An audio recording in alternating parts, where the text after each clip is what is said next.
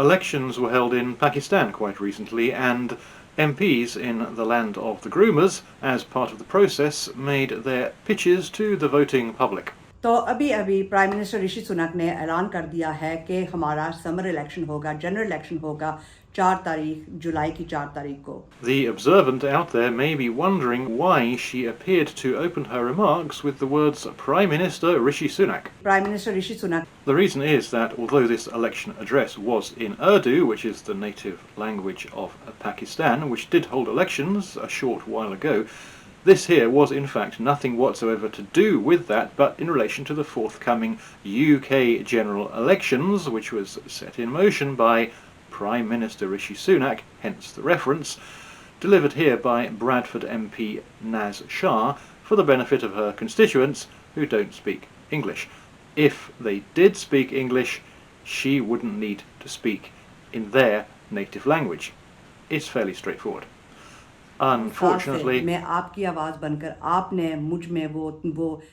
the point is made, I believe, and she's hardly out on a limb here. Her constituency includes, amongst others, the ward of Tolla. Oh, to be in Tolla, now the spring is here. According to the 2021 census, the ward of Tolla, down the bottom there, has the biggest Islamic population of any in Bradford at 80%. In sunny Tolla, 4 out of 5 people are Islamic. And although overall in Bradford Christians still dominate in terms of pure numbers by almost 2 to 1, if you look at the ward with the biggest Christian representation, which is Wharfdale at about 55% Christian, there are fully 8 other wards from Keighley Central down to sunny Tolla where the Islamic population is bigger than the Christian population of the ward with the biggest Christian population, and that is over a quarter of Bradford in total. Are you now surprised that this MP speaks to her constituents in Urdu? It's the native language of her constituency, where enough people also do not even speak English to make it necessary. And a few days after her video came out, Nigel Farage created a media meltdown by saying that many Muslims in the UK don't share British values, and he mentioned, in part, Muslims who don't speak English, i.e. who don't even share a common language. We have a growing number of young people in this country who do not subscribe to British values, in fact, loathe much of what we stand for. Are we talking about Muslims here? We are. How many people from your community fail to speak English? How many people? From the West Indian community don't speak English. We all speak English, but actually so do most Indian Muslims, so do pretty much all Pakistani Muslims in this country.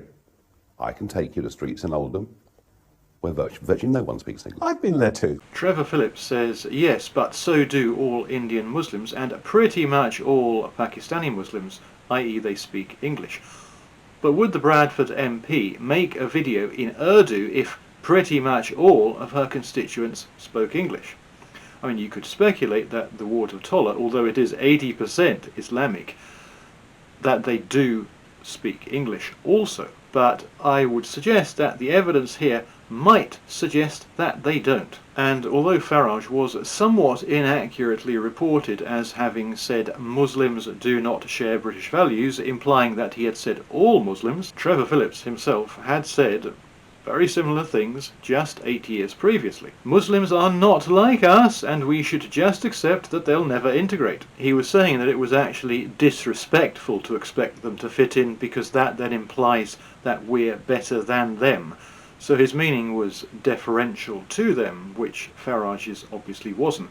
But him huffing and puffing over comments that were basically the same as his own comments is weird. And if the findings in a poll which Farage talked about are representative generally, for example, the gulf between Muslim attitudes and native British attitudes on things like the Israel-Palestine problem, general public 3%, top election issue, Muslims 26%, and Hamas, more sympathy for Hamas than Israel in the general public, just 3% again, but 46% for Muslims, and extraordinarily, more Muslims in the UK are positive about Hamas than those who feel negative. That is staggering if it's correct. If those findings are representative generally, then what he said... We have a growing number of young people in this country who do not subscribe to British values, in fact, loathe much of what we stand for. That is not at all controversial. Are those findings representative? Do more Muslims in the UK feel positive about Islamic terrorists than those who feel negative about them? That being the case, that catastrophic finding being representative of Muslims in the UK generally, then the fact of a Bradford MP giving her election dress in Urdu because her constituents don't speak English pales pretty much into insignificance. But it's quite fun कि nonetheless. आप मेरी दोबारा मदद करें और आप वही इत्मीनान मुझ में रख के मुझे इस इलेक्शन में जिताएं।